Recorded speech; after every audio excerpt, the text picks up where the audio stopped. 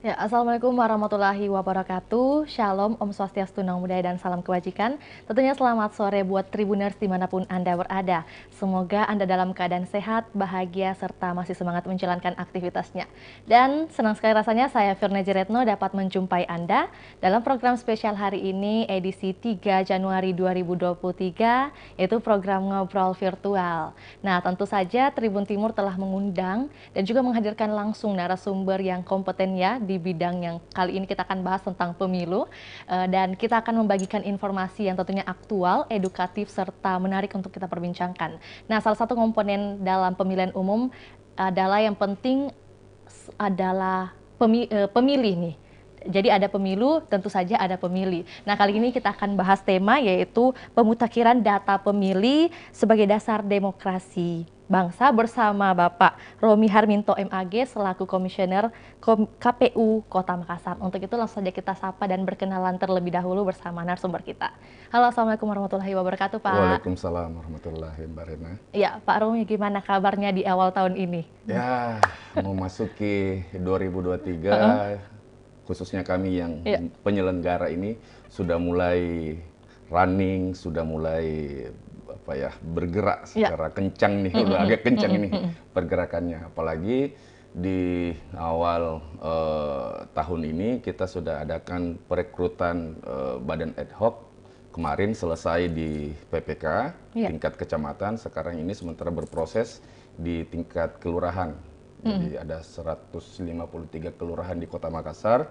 Itu yang sementara kita persiapkan untuk proses perekrutannya. Jadi baru tanggal 3 Januari Pak sudah pekerjaannya ini sudah banyak juga ya Pak? Sudah lumayan. Jadi memang ini kan kami di tingkat kabupaten kota ini adalah kalau kita analogikan bahwa di RI, KPU RI adalah regulatornya yang buat regulasinya, kemudian di provinsi itu adalah koordinatornya yang mengontrol kabupaten kota, dan kami ini di tingkat kabupaten kota ini adalah eksekutor yang melaksanakannya, yang berhadapan head to head langsung. Jadi untuk saat ini memang sebelum mengadakan sebuah pesta demokrasi, kita komponen-komponennya apa dulu yang perlu disiapkan. Nah, salah satunya itu termasuk pemilih, termasuk badan ad hoc, dan yang dianggap sebagai penunjang-penunjang dalam persiapan pelaksanaan pesta demokrasi di bangsa ini. Jadi kalau misalnya muncul pertanyaan nih Pak dari Tribuners ya, biasanya kan diketahui kalau KPI itu tugas utamanya atau eksekusinya itu di lapangan ya Pak. Kerja-kerja teknis nih Pak, melakukan penyelenggaraan pemilu. Tapi secara garis besar Pak, bukan hanya itu kan Pak? Ya, bukan hanya itu. Jadi kami di KPU itu terbagi atas 5 divisi, ya Pak Ketua sekaligus ex officio keuangan, umum dan logistik. Saya di divisi data, ada Bu Endang sosialisasi, kemudian Pak Gun di teknis, dan Pak Rahman di divisi hukum. Artinya kami ini berlima ini 5 yang satu gitu. Jadi kita ibarat satu kesatuan yang memang semua saling berkait kelindan dan tidak bisa berdiri dengan sendirinya. Oleh sebab itu kami punya tanggung jawab masing-masing di setiap tahapan-tahapan, yang mana yang akan running, nah itu yang akan berjalan lagi sebagai leading sektor. Tapi bukan berarti bahwa ketika misalnya terjadi masuk pada tahapan semacam hari ini misalnya SDM, perekrutan ad hoc, maka kami yang divisi lain ini ongkang-ongkang kaki aja atau enggak ikut serta. Kami justru membackup, cuma yang leading sektor di situ ya seperti Ibu Endang yang lagi sekarang ini di SDM. Oh, jadi memang ada 5 anggota ya Pak untuk saat ini di KPU Makassar. Begitu. Jadi kan kalau misalnya informasi yang terbagi di mungkin sosial media atau dimanapun itu bacaan bagi Tribuners, pasti kan cuman ini Pak sebagai anggota. Tapi secara jelas atau seperti yang dijelaskan oleh Bapak, ternyata ada job desk-nya masing-masing. Ada job desk-nya, ada tupoksinya masing-masing, dan bertanggung jawab kepada wilayah-wilayah divisinya masing-masing. Jadi semuanya punya beban. Kalau kita bicara beban, kewajiban lah. Kita punya kewajiban untuk menjaga, misalnya kayak saya di wilayah data pemilih nih. Kemudian Bu Endang sosialisasi dan SDM, kemudian Pak Rahman di wilayah hukum dan regulasi, kemudian Pak Gun ini di wilayah teknis yang hari-hari dia bekerja.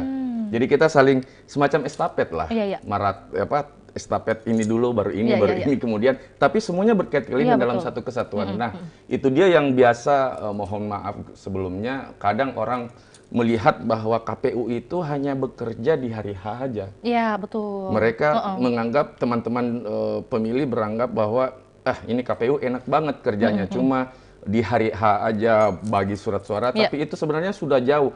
Bahkan secara aturan di KPU bahwa itu kita sudah persiapan masuk tahapan itu 20 bulan sebelum hari H.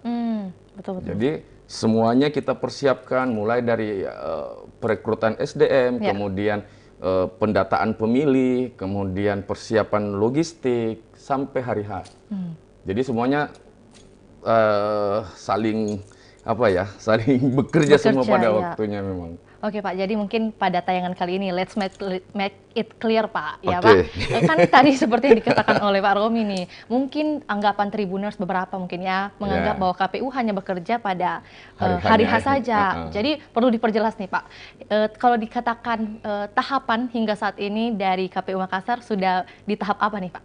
Kalau untuk saat ini kita sekarang ini tahapan SDM, perekrutan ad hoc. Namun tetap juga berjalan tahapan-tahapan lain seperti pemutahiran data pemilih. Kalau pemutahiran data pemilih bahkan setelah kita berpilkada kemarin di 2020 kemarin itu sudah jalan lagi, running lagi. Karena perlu dipahami bahwa pemilih ini bukan yang statis gitu. Dia bukan yang nggak bergerak, dia bergerak ini. Dinamis gitu. Bukan hal yang statis yang ya seperti ini udah di data, udah ada di situ, udah cukup kamu di situ, jangan goyang-goyang gitu kan. Enggak, tapi kita terus memutakhirkan. Kami kemarin di 2021 itu setiap bulan bekerja sama dengan instansi Dinas UPT Pemakaman. Kami saling tukar data melihat berapa yang meninggal satu kota Makassar. Itu rata-rata 250 orang jiwa yang meninggal per bulannya.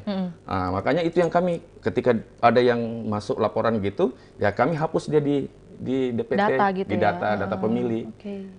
Makanya bergerak terus, yang pindah masuk, yang pindah keluar, koordinasi kita dengan Disduk dan sebagainya. Akhirnya termutakhirkan. Karena target dari sebuah pemutakhiran data pemilih itu bagaimana data yang kita sajikan ini up to date, mutakhir dan sebagainya. Jadi memang kalau misalnya Pak, pertanyaannya dari Tribuners ya mungkin ada yang mempertanyakan, sebenarnya pemutakhiran data pemilih ini prosesnya seperti apa sih? Apakah hanya sekedar berdasarkan status pindah atau meninggal atau bagaimana Pak? Yang boleh dijelaskan Pak gimana? Jadi perlu dipahami gini, sebuah konsep demokrasi itu ciri-cirinya itu satu, ada pemilu. Dan komponen utama dari pemilu itu ada 3. Pertama peserta, pemilih, dan penyelenggara. Tidak bakalan ada sebuah pemilu yang hanya berisikan 2 komponen saja. Misalnya ada pesertanya, ada penyelenggaranya. Ada pesertanya dan ada pemilihnya aja nggak bisa. Harus ada 3 komponen itu. Nah, yang sekarang yang menjadi urgent, orang kadang berpikir, ini si A dapat suara sekian, si B akhirnya bisa terpilih menjadi caleg atau menjadi wali kota, menjadi presiden dan sebagainya. Itu tidak pernah berpikir bagaimana prosesnya dari awal. Betul. Sementara satu komponen yang selalu kita lupakan adalah komponen pemilih. Kita menganggap bahwa pemilih ini ya udahlah, pemilih nggak ada yang peduli lah. Bahkan sudah banyak statement-statement yang mengatakan bahwa ngapain juga kita memilih. Ngapain juga kita memilih. Lawang ini ujung-ujungnya begini begitu dan sebagainya. Kadang-kadang Pak. Makanya saya bilang bahwa sebenarnya ini one vote one man ini sangat urgent dalam sebuah pemilu. Kenapa? Karena inilah yang akan menentukan bagaimana kita ke depannya, bagaimana demokrasi ke depannya. Dan yang saya jaminkan bahwa ketika apa yang terjadi di TPS, apa yang terakumulasi di TPS, apa yang terrekap di TPS itu kami jaminkan itu akan terekap juga di KPU. Karena maaf aja juga kadang ada orang nggak pasti si dia lagi.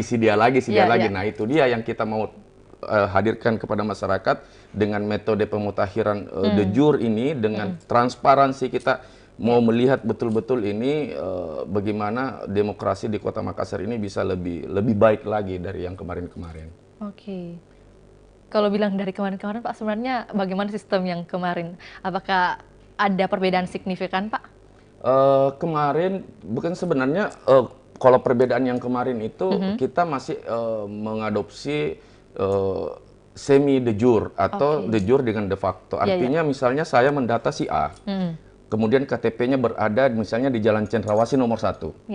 Nah, pada saat saya mendata, dia berada di wilayah lain. Nah, saya masih bisa mengadopsi dia, masih bisa memasukkan dia sebagai pemilih di wilayahnya yang misalnya di Cendrawasih, di Jalan Ratulangi misalnya. Nah, saya masih bisa memasukkan dia sebagai daftar pemilih. Tapi ketika kita saat ini di PKPU 7 2022 ini, itu sudah ada bahwa kita sistemnya de jure murni. Artinya bagaimanapun dokumen kependudukannya orang, maka di situ yang kita akan catat. Jadi misalnya dia beralamat di Cendrawasih tapi berdomisili di Ratulangi, maka kami yang catat itu di Cendrawasihnya. Nah, ini juga yang jadi kendala juga di Kota Makassar. Karena ada kebiasaan kita ya, ketika ada keluarga sanak keluarga kita yang meninggal, kita tidak laporkan. Akhirnya dari dinas kependudukan ini masih ada namanya. Nah, masih ada namanya, dan itu yang kami akan terima sebagai DP4. Artinya bahwa ketika tidak ada akta kematian, maka kami tidak boleh mencoret kependudukannya orang. Kami hanya bisa menandai. Dan harus itu kita bisa jadi muncul lagi di TPS-TPS. Karena banyak juga, ini KPU ini hebat ya, kalah ini malaikat apa gitu kan yang mencabut nyawa. Karena kenapa dia bisa menghidupkan orang di TPS. Ya kan, masih ada namanya di TPS. Nah, ini yang kita mau bersihkan. 2020, Pilkada 2020 kemarin itu saya menghapus 160.000 pemilih Kota Makassar. Jadi kalau kita ibaratkan hampir satu kota Parepare, lebih daripada satu kota Parepare kan 98.000. Nah, ini 160.000 saya. Karena yang begitu. Tidak pelaporan ya, tidak ada pelaporan. Tidak ada pelaporan, ya, makanya kami hapus. Dan walaupun saya hapus, masih ada juga yang sempat lolos ya, namanya kita bergerak secara simultan, walaupun kita bergerak secara simultan juga, namun masih ada yang lolos juga. Nah, sampai sekarang Pilkada Makassar itu kita tidak pernah tembus di angka 60% partisipasinya. Oleh sebab itu pemutahiran data ini sangat diperlukan agar bagaimana kita bisa mengetahui bagaimana sebenarnya partisipasi Kota Makassar ini. Bagaimana sebenarnya tingkat perhatian warga Kota Makassar ini terhadap kepemiluan, baik itu pilkada maupun pemilu. Nah, dengan pemutahiran ini kita akan memutahirkan. Jadi nanti Mbak Rena, nanti di bulan akhir di Januari ini kami akan merekrut petugas pemutahiran data pemilih atau Pantarli itu sebanyak 4.174 orang. Dan itu yang akan turun memutahirkan data-data yang kami dapatkan dari Kemendagri. Jadi ada namanya DP4, daftar pemilih potensial pemilu dan pemilihan. Itu nanti kita akan mutahirkan, sinkronkan, cocokkan. Apakah misalnya Mbak Rena udah benar nih alamatnya, nah, kami akan datang ke rumahnya Mbak Rena, tanyakan apa benar udah cocok ini alamatnya di sini. Nah, yang jadi masalah ketika tidak cocok. Nah, itu yang harus gimana tuh, Pak? Itu yang harus kita, makanya kami lewat podcast ini kami sarankan kepada warga masyarakat kiranya dapat mengurus pindah domisili di Disduk. Kami juga sudah berkoordinasi dengan Disduk Capil Kota Makassar, kiranya bisa memberikan pelayanan yang maksimal, bisa membantu kami dengan melayani teman-teman pemilih untuk pindah domisili. Karena banyak kejadian ya, namanya juga kota Gate Indonesia Timur, jadi semuanya pendidikan apa datang ke sini kan semua. Akhirnya ada yang pindah rumah lah, apalah pindah domisili. Nah, inilah yang membuat sebenarnya data-data dari Disduk itu agak enggak mix, enggak 100%. Makanya kami nanti di akhir Januari ini kami akan merekrut 4.174 petugas Pantarli namanya, pemutahiran data pemilih. Itu tugasnya ke door to door ya, Pak? Door to door. Jadi setiap satu orang itu bertugas untuk memutahirkan sebanyak 300 orang. 300 per TPS. Jadi kan berapa rumah tuh, Pak? Jadi jumlah TPS di Kota Makassar potensi itu sebanyak 4.174 TPS. 4.174 TPS. Oke. Kalau di 2019 kemarin itu 3.998 kurang 2, 4.000. Iya, berarti ada penambahan cukup banyak Ada ya, penambahannya. Jadi memang pergerakan penduduk di Kota Makassar ini betul-betul naik pesat, kencang Pak. nih. Pak, tapi gimana kalau misalnya kasusnya mungkin ya seperti tadi karena Gate Indonesia Timur ada di sini, jadi kan pasti juga pendidikan banyak yang apa ya, mahasiswa-mahasiswa gitu ya, Pak? Betul. Gimana Pak itu kalau kasusnya mereka ngekos atau gimana ya, pendatang gitulah? Ya, jadi begini, ada beberapa pemilih Kota Makassar ya, adik-adik mahasiswa yang datang kuliah di Makassar ini masih memegang KTP daerahnya. Domisili daerah ya. Makanya kemarin kita sudah berkoordinasi dengan salah satu perguruan tinggi kayak di STIBA, Sekolah Tinggi Ilmu Bahasa Asing yang ada di Antang sana. Mereka kan asrama. Nah, rata-rata hampir 2000-an lebih, 2.300 itu mahasiswanya di sana. Itu apa ya, memiliki KTP bukan KTP Makassar. Makanya kami meminta kepada lembaganya, kami minta kepada perguruan tingginya untuk mengajukan TPS khusus. Itu bisa. Jadi, sebelum pemutakhiran data pemilih ini, supaya kami bisa kancing bahwa memberikan di situ TPS khusus, misalnya kita beri 4 atau 5 TPS khusus di situ, dan di situ sudah ada. Jadi posisinya dia sudah, TPS-nya udah di situ dia. Nggak boleh diganggu-gugat. Nggak boleh diganggu-gugat, dia TPS khusus. Jadi kenapa TPS khusus? Karena dia masuk kategori DPTB, daftar pemilih tambahan, yang mana berada terdaftar di daerah lain, tapi berada di sini. Nah, jadi gitu. Jadi kita kalau ada lembaga-lembaga yang mempunyai mahasiswa di atas 300 orang, yang diyakinkan bahwa 300 orang itu ada pada hari H nanti, di 14 Februari 2024, maka dimungkinkan untuk saat ini mengajukan untuk pembuatan TPS khusus.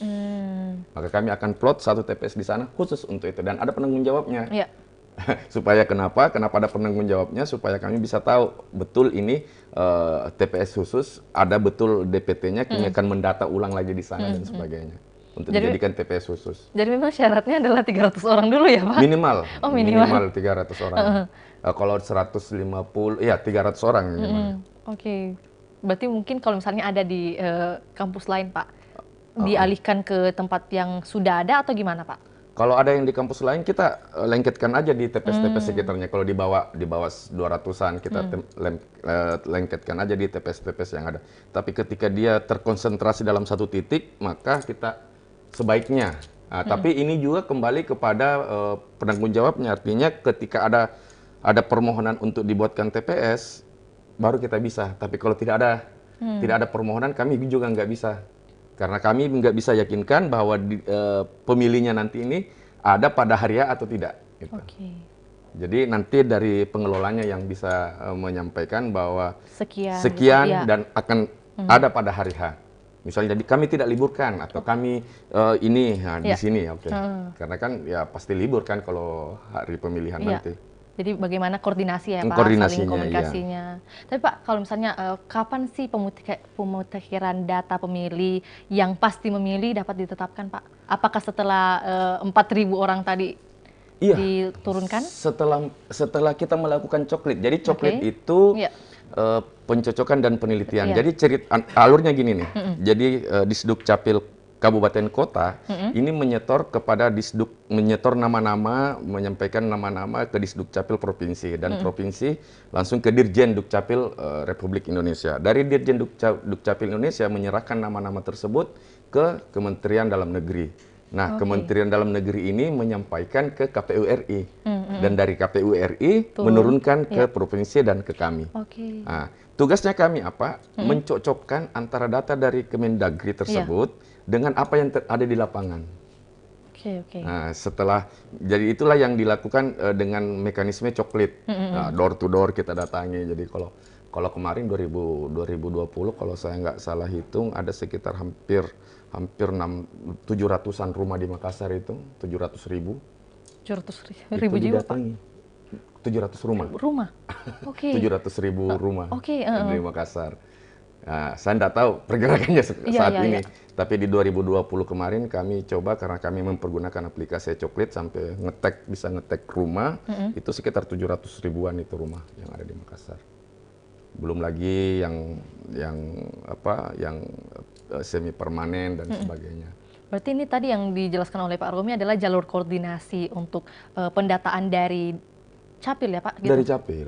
Semuanya dasarnya base-nya kita ini data dari Disduk, Kementerian Dirjen Dukcapil. Dan itulah yang data tersebutlah yang kemudian kami sinkronkan, kami faktualkan di lapangan dengan metode pemutakhiran data pemilih atau biasa kita kenal dengan coklit. Dengan adanya pemutakhiran data pemilih ini Pak, nantinya apa sih keistimewaan yang bisa didapatkan oleh masyarakat Pak? Keistimewaannya satu, hak pilihnya tuh ada. Itu pasti Pak? Itu pasti. Ya. Hak pilihnya, kita menjaga hak konstitusinya, hak pilihnya, hak konstitusinya masyarakat bahwa kami jaga, kami berikan akses. Kapanpun itu kami memberikan kemudahan, kami mendata, kami memasukkan sebagai daftar pemilih. Supaya kenapa? Supaya kami tahu bahwa sebenarnya demokrasi di Kota Makassar ini berjalan dengan maksimal. Karena kenapa? Ketika persoalan data pemilihnya tanda kutip agak bermasalah, itu akan bermasalah di semuanya, termasuk surat suara. Karena ukuran dari surat suara yang diturunkan itu, cetakan surat suara itu berasal dari daftar pemilih. Logistik yang lain, TPS, itu semua dari daftar pemilih semua, partisipasi. Nah ini semua ukuran awalnya, makanya daftar pemilih setelah kita perekrutan badan ad hoc di SDM, itu bergerak pertama itu adalah pemutakhiran data pemilih. Supaya ada hitungan tertentu yang bisa menjadi ukuran barometer kepada kebutuhan-kebutuhan lain pada saat hari H. Dan daftar pemilih juga ini akan bergerak terus. Jadi walaupun kami mendaftar bergerak di mungkin akhir Februari kita bergerak ke Maret, tetapi ini masih bergerak terus, jadi berjenjang. Jadi misalnya petugas Pantarli kami sudah data Mbak Rena misalnya, kemudian pas direkap tingkat kelurahan ternyata ada keluarga yang tidak terdata di kakaknya Mbak Rena, itu bisa lagi kita melapor, ini belum masuk ini. Masuklah direkaplah tingkat kelurahan. Kemudian dari kelurahan itu ke kecamatan, begitu juga prosesnya. Akhirnya sampai ke kota dan disebutlah DPS, daftar pemilih sementara. Setelah itu turun lagi ke bawah lagi, cari lagi kita kerja lagi, disebutlah DPSHP, daftar pemilih sementara hasil perbaikan. Jadi kita perbaiki terus. Jadi bergerak terus nih. Ini per bulan ya Pak? Terupdate terus atau gimana Pak? Bukan per bulan sih, istilahnya per 2 bulan. Oh, per 2 bulan. Jadi bergerak terus ini sampai 2 bulan terakhir. Sebelum pemilu? Sebelum pemilu. Jadi 2 bulan terakhir itu sudah fix. Sudah kita tentukan DPT, sudah kita plenokan daftar pemilih tetap Kota Makassar sekian. Sama waktu 2019 itu pemilih Kota Makassar itu 967.590.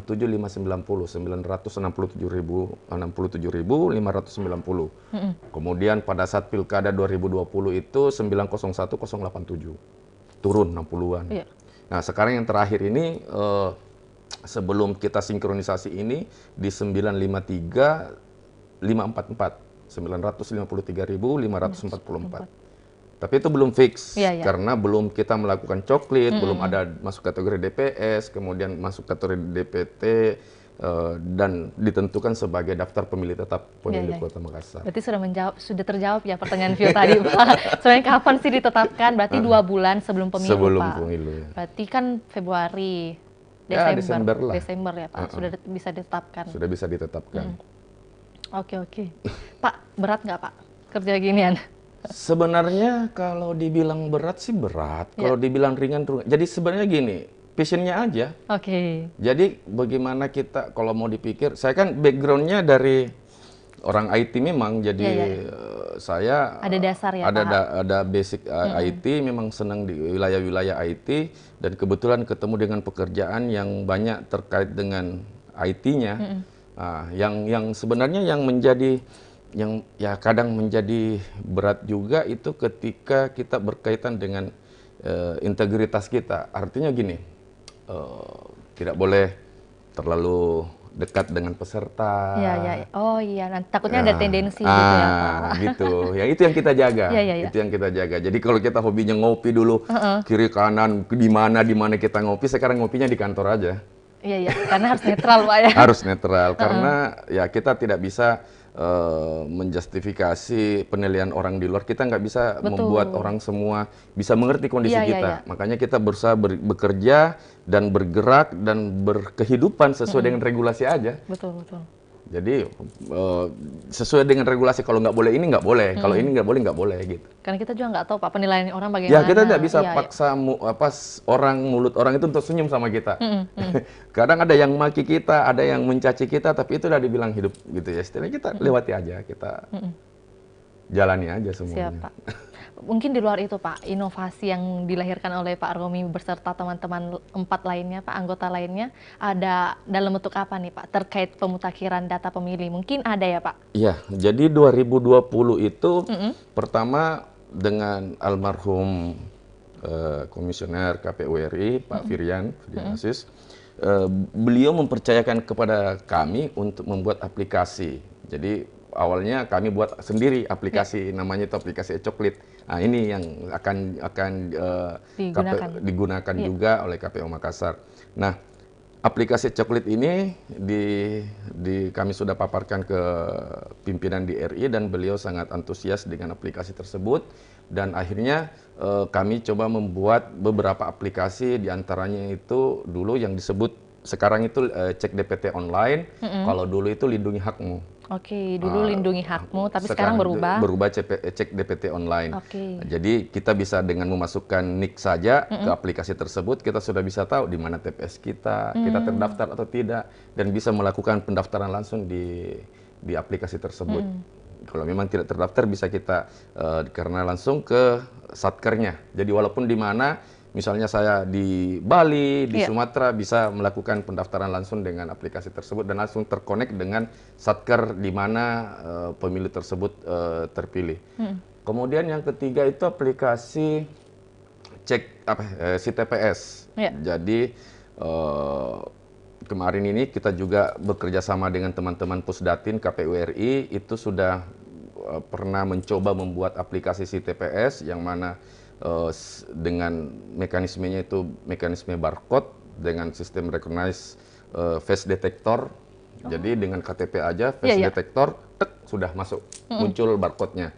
Barcode-nya itulah yang menjadi dasar untuk kita datang memilih. Oke, jadi nggak perlu bawa KTP lah ya Pak? Nggak perlu lagi, karena ketika kita sudah di scan barcode, udah muncul semua KTP-nya, fotonya, alamatnya dan sebagainya.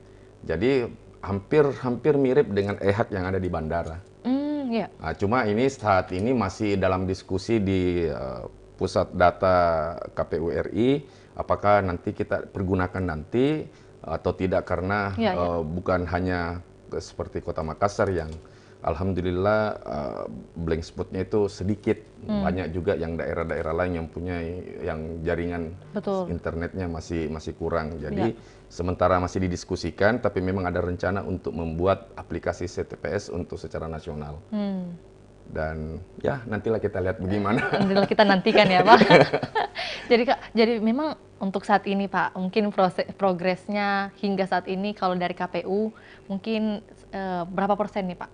Apanya tuh progres? Progres untuk tahapan pemilu secara keseluruhan Pak. Ini baru 20%. Baru 20% ya Pak? Baru 20%. Ya 18 ke 20 lah, karena belum bergerak masuk pergerakan data nanti. Setelah masuk data, baru bergerak sekitar 30-40%. Kemudian masuk logistik, masuk lagi teknis, hanya ya. Jadi bergerak secara simultan semua ini. Tidak ini dulu, baru ini, tapi bergerak bersamaan. Nah inilah sementara besok kami melakukan pelantikan PPK tingkat kecamatan, dan kita masih tetap juga melakukan persiapan untuk tes CAT untuk tingkat PPS di Kota Makassar. Masih ad hoc sih, tapi sudah selesai itu kami BIMTEK, sudah itu masuk lagi yang 4.174 tadi. Jadi sebenarnya banyak sih yang kami butuhkan. Kalau kita mau berbicara kebutuhan KPU dengan sumber daya yang ada di Kota Makassar ini, kami butuhkan sekitar 25.000 orang ya Pak? Untuk KPPS-nya toh. Jadi tingkat kecamatan itu 75 orang, PPK 5 orang per kecamatan kali 15 orang. Kemudian di tingkat kelurahan itu kami butuhkan 3 orang, itu kali 153 kelurahan yang ada di Kota Makassar. Kemudian kami butuhkan PPDP itu 4.174. sesuai dengan jumlah TPS, karena satu orang satu TPS. Iya. Kemudian di TPS-nya itu dikali 7 lagi. Dikali 7 lagi. Petugasnya nanti, petugas KPPS-nya itu sekitar 21 ribuan, sampai 25 ribuan. Perekrutannya ini Pak, bagaimana Pak? Nah itu dia. Masih menjadi pertanyaan ya Pak? Enggak, kami tetap juga sesuai dengan regulasi. Jadi dari RI menurunkan regulasi kapan kita bisa buka, kapan kita bagaimana proses seleksinya, bagaimana perekrutannya dan sebagainya. Intinya semua terpeta, termapping dengan bagus lewat regulasi PKPU. Tapi pasti besar harapan Pak Romi lebih cepat lebih baik ya Pak? Lebih cepat lebih baik. Karena kan biar enggak ini ya, terbengkalai juga Pak pekerjaan, kan ada banyak nih yang perlu di... Iya, karena bukan hanya kita rekrut saja, sudah itu kami diamkan, tidak. Tapi kami ajar lagi. Iya, perlu di training lagi Pak. Di BIMTEK lagi, setelah BIMTEK, kemudian bekerja, kemudian kita kontrol lagi apa masalah, apa yang bisa menjadi kendalanya, itu yang kami selesaikan, kami bantu.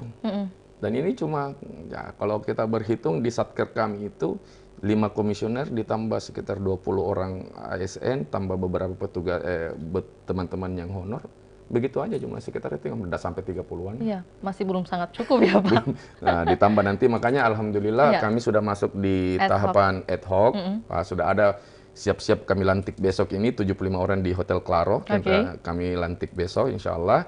Kemudian pertengahan bulan 2 juga, bulan Februari, sudah ada kami lantik lagi sebanyak 459 petugas PPS tingkat kelurahan, dan akhir bulan Februari nanti itu ada lagi sekitar 4.174 petugas Pantarli. Iya. Itu semua yang harus kami BIMTEK dulu, baru turun. Baru turun lapangan nih turun Pak lapangan. ya. Oke, jadi memang banyak sekali Pak tugasnya ya. Tanggung jawabnya sangat besar Pak, bukan cukup. Sangat besar tanggung jawabnya. Nah itulah yang kami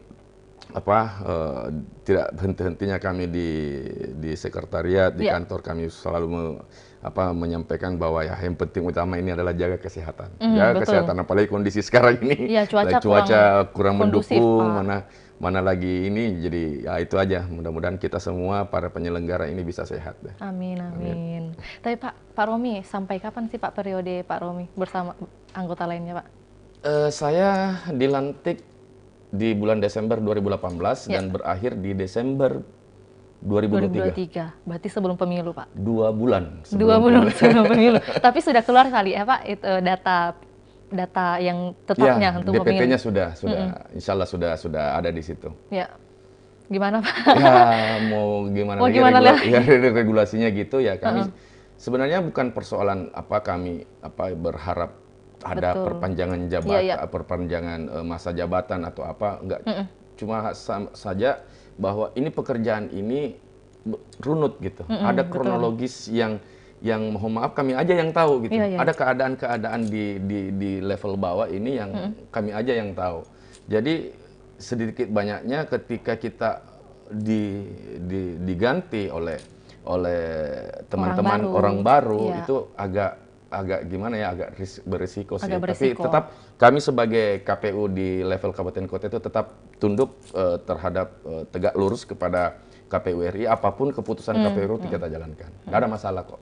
Tapi kalau misalnya Pak ada perpanjangan, siap Pak? Ya siap, justru lebih senang gitu ya Pak, supaya tuntas gitu. Ya maksudnya. Kami sebenarnya ya itu bukan berarti kami mau perpanjangan supaya kami dapat lagi jabatan dipanjang, bukan, tapi kami mau menuntaskan kerjaan kami, karena kronologis yang terjadi rentang mulai dari rentang perekrutan ini di Januari ini sampai dengan Desember ini kami yang tahu. Betul. Kami yang tahu kronologisnya, kami tahu keadaannya, kenapa sampai misalnya sekian, kenapa sampai pemutahiran datanya sekian, atau kenapa ada beberapa orang yang tidak terdata, atau bagaimana jumlah pemilih dan sebagainya, itu kami yang tahu. Dan kalau kami untuk menceritakan kepada komisioner baru itu agak panjang. Iya betul, perlu berapa hari Pak, perlu berapa bulan. Karena kita rangkum semua ini, karena semuanya di KPU itu tidak bahasanya ya, tidak sekonyong-konyong gitu, nggak langsung plek jadi gitu. Perlu proses yang panjang. Ada proses sehingga terjadi, ada proses. Misalnya, kenapa perekrutan ad hoc tingkat PPK dilantik misalnya besok, bagaimana prosesnya ini? Nah itu yang Kami yang tahu, kami yang wawancara. Kenapa pilih ini? Kenapa pilih ini? Kenapa ini yang jadi petugas PPK atau petugas PPS? Karena kami yang koordinasi, kami yang wawancarai. Lebih mengerti Pak, seluk-beluknya. Seluk kronologisnya. Jadi memang Pak besar harapannya tentu saja kita juga membutuhkan doa Pak dari Tribuners. Mungkin dari tayangan ini bisa ada terbuka hatinya gitu ya Pak. Biar walaupun bukan perpanjangan jabatan, tapi bagaimanapun kerja tuntas itu perlu Pak. Iya betul. Siap Pak. Siap. Pak mungkin sebagai closing statement nih Pak, untuk mengakhiri program kita pada sore hari ini, ada penyampaian atau mungkin harapan yang mau disampaikan oleh Pak Romi kepada Tribuners atau masyarakat luas nih terkait pemutakhiran data pemilih. Ya, jadi silakan. Saya berharap, kami dari KPU Kota Makassar berharap partisipasi pemilih pada pemilu nanti ini kita tingkatkan dengan jalan ketika ada persoalan administrasi kependudukan itu harus dilaporkan, baik itu misalnya pindah masuk, misalnya dari daerah masuk ke Makassar, atau misalnya pindah keluar dari Makassar keluar, ataupun misalnya ada sanak keluarga yang meninggal segera bisa dilapor ke Disduk Capil. Kenapa? Karena data dari Disduk Capil itulah yang kami akan menjadikan base data awal bagi kami untuk menentukan daftar pemilih tetap. Artinya ke depan kami berharap mudah-mudahan di 2024 nanti partisipasi kita ini bisa lebih banyak lagi sehingga kesuksesan sebuah pemilu itu tergantung dari partisipasinya. Jadi bagaimana caranya supaya kami bisa berhasil melaksanakan kepemiluan ini dengan cara ya teman-teman, kalau ada yang pindah domisili silakan mengurus pindah domisilinya. Ada yang meninggal keluarganya silakan cepat dilapor ke Disduk Capil supaya kami bisa backup datanya, bisa masukkan datanya apakah dia pindah masuk atau pindah keluar atau meninggal, kami bisa coret dan sebagainya. Terakhir, pemilu tanpa pemilih itu nggak ada. Ya, nggak ada apa-apanya. Oke, apalagi kalau dilihat dari kasus yang disebutkan oleh Bapak tadi, bahwa di Makassar itu di angka hanya 50 atau 60% ya Pak pemilihnya? Pada yang lalu nih? Iya, yang lalu 59,6%. Nggak sampai 60. Jadi berapa pilkada di Makassar itu, pilkada ya, kita berbicara pilkada, nggak pernah tembus 60%. Kalau di pemilu kemarin itu sempat tembus di 73 ya kalau nggak salah. 73%. Tapi untuk pilkada? Tapi untuk pilkada minim sekali. Jadi kalau misalnya DPT-nya 901.000, berarti yang datang memilih itu cuma 500.000. 400-nya kemana? Nggak tahu. Padahal kami sudah data, kami sudah kurangi yang sudah meninggal dan sebagainya, tetap aja nggak bisa. Jadi ya itu saya bilang, ayo deh sukseskan. Siap. Jadi ini ajakan besar-besaran ya Pak buat para Tribuners. Mungkin yang sedang menonton tayangan ini punya panggilan hati Pak untuk segera melaporkan ini. Yang paling penting adalah pelaporan administratifnya ya Pak. Bagaimana mungkin orang yang pindah, orang yang telah meninggal, atau juga yang pindah masuk atau pindah keluar itu perlu dilaporkan begitu ya Pak? Iya betul. Dan kami nantang nih teman-teman di Kota Makassar yang jiwa muda ini, ayo deh gabung deh. 4.000 nih kami butuhkan. Siap untuk anak mudanya ya anak Pak. Mudanya kami butuhkan jiwa-jiwa mudanya yang tertarik dengan wilayah-wilayah demokrasi. Ayo kita gabung. Mungkin yang di sana Pak nanti mau gabung. Pak, jadi mungkin tayangan ini ada 2 poin penting Pak, yaitu bagaimana pelaporan administratif serta ajakan buat anak muda ya untuk ikut serta Pak. Ikut serta di demokrasi kita. Siap Pak. Terima kasih banyak Pak Romi sudah menyempatkan waktu berbagi kepada Tribuners. Tentu saja informasi ini sangat penting Pak, dan bagi masyarakat dan anak muda Pak adalah sesuatu yang baru jika ingin terjun ke dunia politik. Iya, kita gabunglah dengan KPU. Mungkin dimulai dari KPU dulu ya Pak. KPU dulu. Terima kasih banyak Pak. Sukses Pak. Dan sehat selalu Pak. Amin. Saya sampaikan buat Tribuners yang masih setia menyaksikan program kita pada sore hari ini, jangan lupa untuk menyaksikan program Tribun Timur lainnya, dan ini ajakan juga ya bagi pemuda untuk ikut serta dalam pemilihan nanti ya Pak. Siap. Untuk itu saya Firna Jeretno mewakili narasumber kita pada hari ini dan juga tim atau kru yang bertugas pamit undur diri. Assalamualaikum warahmatullahi wabarakatuh. Sampai jumpa.